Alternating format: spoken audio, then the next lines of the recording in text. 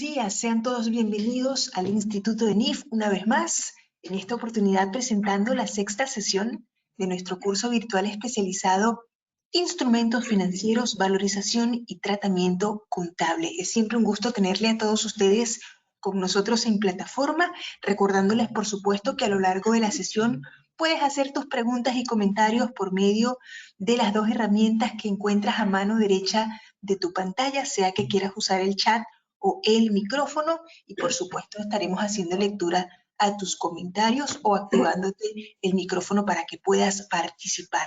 En plataforma ya se encuentra nuestro invitado, el doctor Leopoldo Sánchez, quien ya está preparado para la sesión del día de hoy y a quien damos la más cordial bienvenida. Doctor Sánchez, buenos días. Siempre un gusto tenerle en plataforma y además poder saludarle. Sin más preámbulos, doctor, le cedo entonces los micrófonos y las pantallas para que pueda iniciar. Adelante. Buenos días a todos, es un gusto estar nuevamente con ustedes. Hoy vamos a seguir viendo el tema de instrumentos financieros.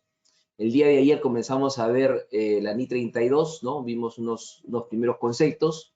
Ahora vamos a seguir viendo la NI 32. Solamente para recordar, digamos, ayer vimos cuál era el objetivo de la NI 32, ¿no? Que está pensada desde el punto de vista del emisor. Entonces, sus objetivos son la adecuada presentación de los instrumentos emitidos, ya sea como pasivo, ya sea como patrimonio. Eso que parece tan simple, digamos, a veces tiene complicaciones porque hay instrumentos que legalmente se consideran que son instrumentos patrimoniales, pero en esencia económica resultan ser un pasivo o viceversa. Y después hay otros instrumentos que tienen una parte que es pasivo y otra parte que es patrimonio, ¿no? Eso es lo que lo hace, digamos, complejo. También vimos que otro de sus objetivos es la compensación de activos y pasivos, ¿no? Es decir, la NIC 1 nos dice que los activos pasivos no se pueden compensar salvo que alguna otra norma te lo permita. Bueno, la norma que permite es justamente la NIC 32, pero lo permite bajo ciertos parámetros, ¿no? Bajo ciertas reglas.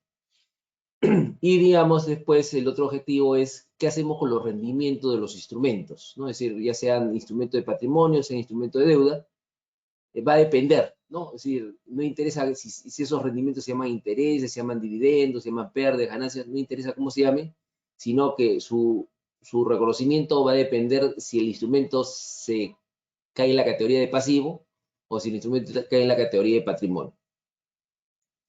Y por último, ayer vimos las definiciones de lo que es un activo financiero, que tenía cuatro partes en su división, 3 que son fáciles de entender y la cuarta que era media complicada porque, digamos, era un activo financiero cuando la empresa estaba obligada a recibir, ¿no? Como si le estuvieran pagando, pero con instrumentos de patrimonio propio, ¿no?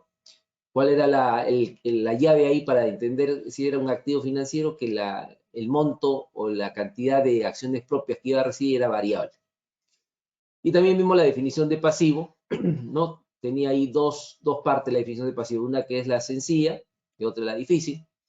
En la difícil, digamos, era que, digamos, la empresa está obligada a entregar, es decir, a pagar con acciones, con instrumentos de patrimonio propio, ¿no? Pero ahí, ¿cuándo es un pasivo? Cuando el número de acciones propias que va a entregar es variable. Y ahora vamos a ver la definición de patrimonio, ¿no? La definición de patrimonio inicialmente es bastante sencilla, ¿no? Esta definición de patrimonio parte, pues, de la ecuación básica que todos aprendimos en nuestro primer curso de contabilidad, ¿no? Si recordamos, fue nuestro primer curso de contabilidad, nos explicaron que la ecuación básica de la contabilidad es que activo es igual a pasivo más patrimonio, ¿no? Si esa ecuación básica, yo el pasivo lo paso al otro lado, ¿no? Entonces tenemos que activos menos pasivos es igual a patrimonio. Bueno, ese concepto de activo menos pasivo igual a patrimonio es el concepto de la definición de patrimonio, ¿no? Fíjense cómo está redactado, dice, cualquier contrato, ¿qué es instrumento de patrimonio? Es decir, cualquier contrato que evidencie una participación en los activos, ¿no? De la empresa, luego deducir todas las obligaciones, ¿no? Es la activo menos pasivo, ¿no? El patrimonio siempre es residual. Veamos este caso. Este caso tiene 1, 2, 3 partes, ¿no? Y acá, ¿qué es lo que nos pide? Dice, se pide indicar cuáles de estas operaciones dan lugar a un instrumento financiero, ¿no? Dice, la compañía Alfa, SAC, empresa dedicada a la fabricación de camisas, efectuó durante el mes de septiembre del año 3 las siguientes operaciones, ¿no? Operación A, operación B y operación C. Entonces, para no confundirnos, vamos a ver una por una, ¿no? Vamos a comenzar con la operación A y vemos su solución de la operación A. Dice, esta compañía Alfa otorgó un préstamo de 80.000 a la empresa Sur, ¿no? El cual, según contrato privado entre ambas partes, será cancelado 30.000 en efectivo y la diferencia en mercaderías que la empresa produce. Es decir, de estos 80.000 que vendría a ser un préstamo por cobrar, una cuenta por cobrar, ¿no? Inicialmente, digamos, pensaríamos que es un activo financiero, y si es un activo financiero, por lo tanto es un instrumento financiero, pero digamos, acá lo que nos hace dudar, oye, acá esto se va a cobrar, pero no todo se va a cobrar en efectivo, no todo se va a cobrar con otro activo financiero, una parte se va a cobrar en efectivo, ¿no?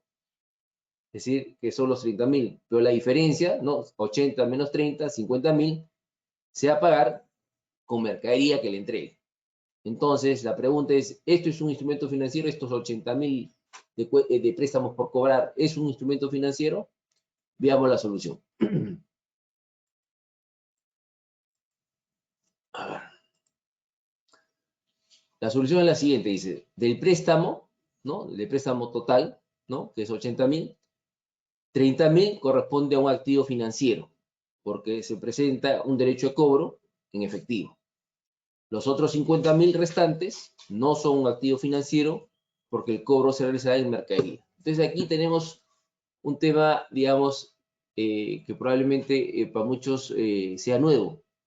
A pesar que yo tengo un préstamo por cobrar, de ese préstamo por cobrar, 30.000 es un activo financiero, pero los otros 50.000 no es un activo financiero y por lo tanto los otros 50.000 no están dentro del alcance de la NIF 9, ni de la NIF 32, ni de la NIF 7, ¿no?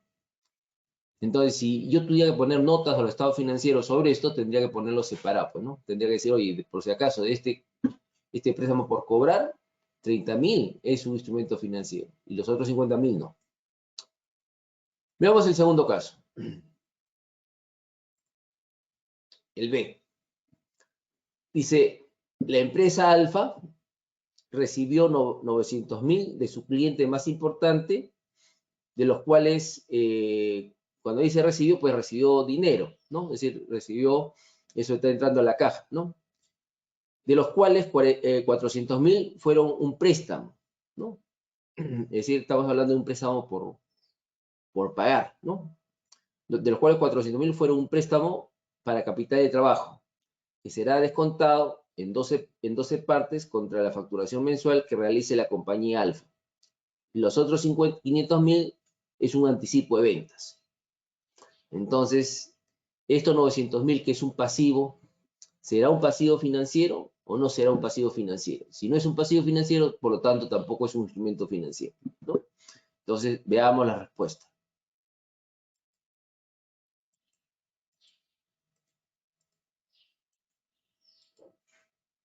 Dice, los 400.000 son un préstamo respecto al cual existe la obligación de pagar en efectivo, ¿no? Por lo tanto, de esos 900.000, 400.000 es un pasivo financiero. La diferencia, que son los 500.000, no es un pasivo financiero, puesto que el anticipo será aplicado contra la entrega de productos terminados, ¿no? Entonces acá tenemos otra situación, que tenemos en teoría una entrega de dinero, que es un pasivo, pero de ese total de pasivo de 900.000, todo no es un instrumento financiero, sino solamente 400.000, y lo otro será pues un pasivo también, pero ya no es un pasivo financiero, ¿no? Los 500.000.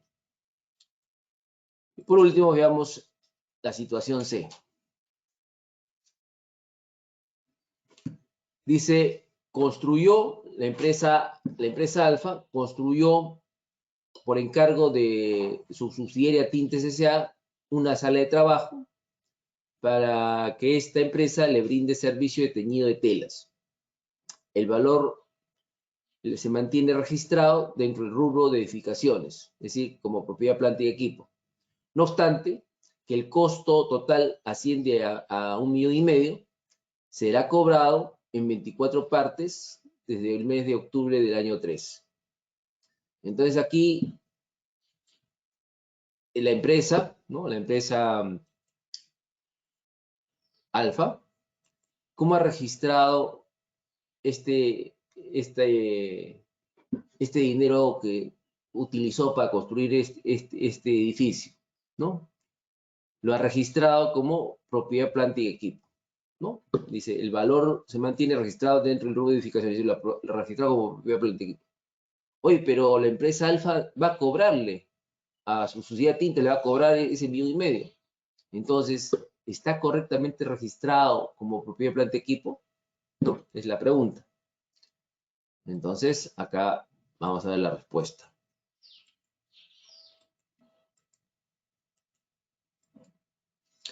Dice, si bien se ha construido un inmueble y se ha contabilizado erróneamente como propiedad, planta y equipo, es decir, oye, si yo tengo derecho a cobrarle a mi subsidiaria, lógicamente no puede ser una propiedad, planta y equipo, ¿no? Tendrá que ser pues un préstamo por cobrar, ¿no? Entonces, hay un error de registro ahí, ¿no? Entonces, estamos ante un derecho de cobro, ¿no? Estamos ante un activo financiero, ya que el bien no va a ser utilizado por la empresa, por Alfa, sino que ha sido una construcción por encargo, por lo cual se ha hecho una financiación a la subsidiaria que será cobrada por la compañía Alfa. Entonces, esto erróneamente se registró como primer planta equipo, se tendrá que revertir y se tendrá que mostrar ese monto como préstamos por cobrar, ¿no?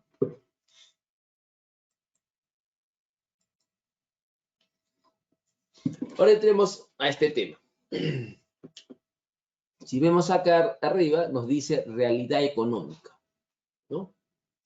Y este tema, digamos, también está en el marco conceptual, ¿no? Si uno revisa el marco conceptual, uno de los, digamos, de los elementos que tiene el modelo IFRS, ¿no? Es que, digamos, prima la realidad económica o la esencia económica prima sobre la forma legal, ¿no? Si bien el marco conceptual te dice que normalmente, ¿no? En la mayoría de los casos, la forma jurídica representa la esencia económica de la operación, pero puede haber casos, ¿no? En que la forma jurídica no representa la realidad económica de la operación. Entonces, cuando sucede eso, debe primar la esencia económica, ¿no? Entonces, ese concepto que está en el marco conceptual está recogido acá en la NI 32, ¿no? ¿Y cómo está recogido de la siguiente forma? Dice, el emisor, acuérdense que esta NIC 32 está desde el punto de vista del emisor, ¿no? El emisor que emite instrumentos de deuda, ejemplo bonos, o emite instrumentos de patrimonio, ejemplo acciones comunes, ¿no? Dice, el emisor de un instrumento financiero lo clasificará en su totalidad o en cada una de sus partes integrantes en el momento de razonamiento inicial como un pasivo financiero, como un activo financiero o como un instrumento de patrimonio, de conformidad con su esencia económica. Es decir, me está diciendo, oye, si la forma legal dice una cosa, pero la esencia económica dice otra cosa, prima, ¿no? La esencia económica, ¿no? De conformidad con la esencia económica del acuerdo contractual y con las definiciones de pasivo financiero, activo financiero e instrumento de patrimonio, ¿no? Ahora ustedes acá también dice lo clasificarán en su totalidad o en cada una de sus partes integrantes, ¿no? ¿Por qué dice eso? Porque hay instrumentos que vamos a ver más adelante que se llaman instrumentos compuestos. Esos instrumentos compuestos tienen una parte que es pasivo y otra parte que es patrimonio. Por eso que acá dice o en cada una de sus partes. Porque un mismo instrumento lo puedo clasificar una parte en el pasivo y una parte en el patrimonio.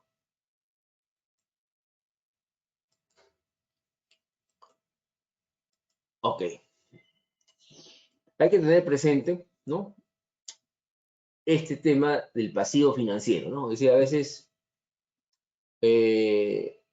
uno puede confundir si es un pasivo o no es un pasivo financiero, pero digamos, ¿qué significa pasivo financiero, no?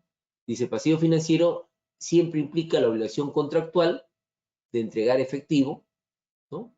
Obligación contractual, ayer dijimos, por ejemplo, los tributos por par me obliga a entregar efectivo, pero no es un pasivo financiero. ¿Y por qué no es un pasivo financiero? Porque no existe obligación contractual, ¿no? Los impuestos no salen de un acuerdo contractual. Los impuestos nacen por imperio de la ley, ¿no? Por lo tanto, un tributo por par no califica como pasivo financiero, ¿no?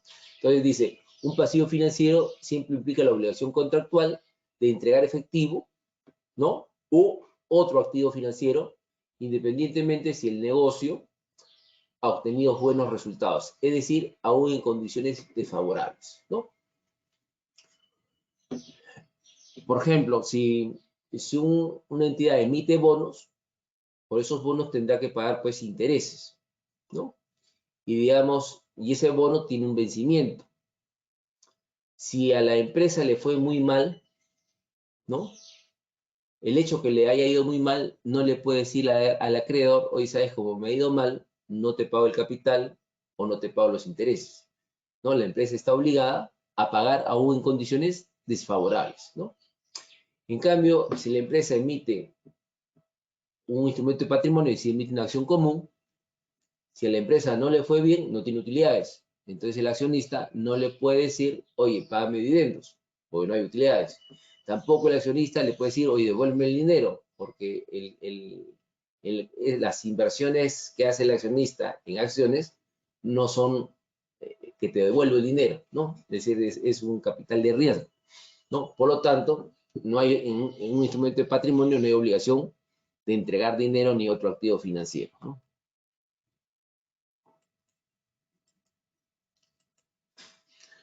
Ok, aquí vamos a ver que también el tema de patrimonio, de un instrumento de patrimonio, tiene su parte complicada en la definición, ¿no?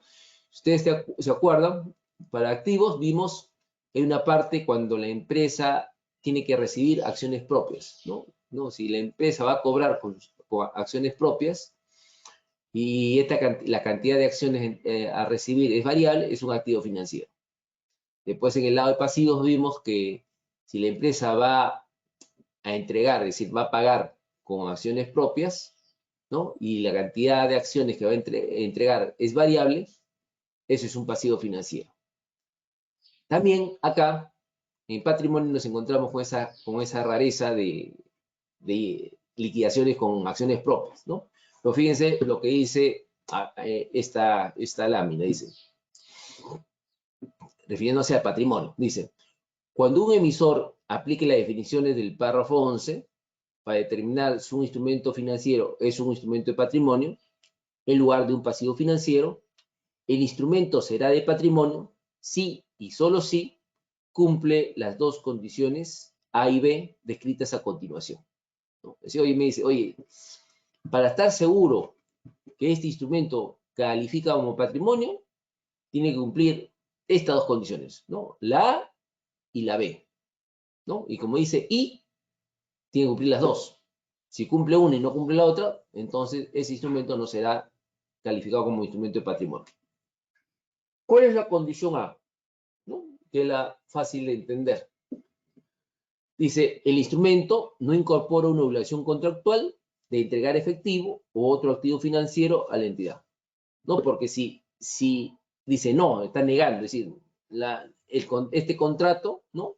Esta obligación contractual, dice, un instrumento no incorpora una obligación contractual de entregar efectivo, es decir, o otro activo financiero, porque si incorporara la obligación de entregar efectivo o otro activo financiero, entonces calificaría como pasivo, no como instrumento de patrimonio.